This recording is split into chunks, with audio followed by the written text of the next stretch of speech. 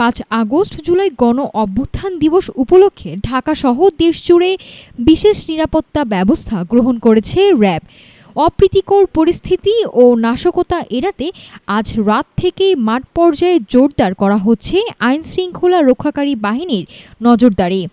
আগামীকাল 5 আগস্ট জুলাই গণ অভ্যুত্থান দিবসটি ঘিরে সারা দেশে গৃহীত নানা কর্মসূচিকে কেন্দ্র করে কড়া নিরাপত্তার বলয় তৈরি করেছে র্যাব। সম্ভাব্য ঝুঁকি পর্যালোচনা করে উগ্রবাদী গোষ্ঠী ও নিষিদ্ধ সংগঠনগুলোর যেকোনো অপ্রীতিকর অতৎপরতা রুখতে নেওয়া হয়েছে বিশেষ ব্যবস্থা। র্যাব জানিয়েছে, মঙ্গলবার রাত থেকেই বিভিন্ন অনুষ্ঠান স্থল, রোড মার্চ ও পদযাত্রার রুট এবং জুলাই স্মৃতিস্তম্ভগুলোতে নিরাপত্তা জোরদার করা হয়েছে।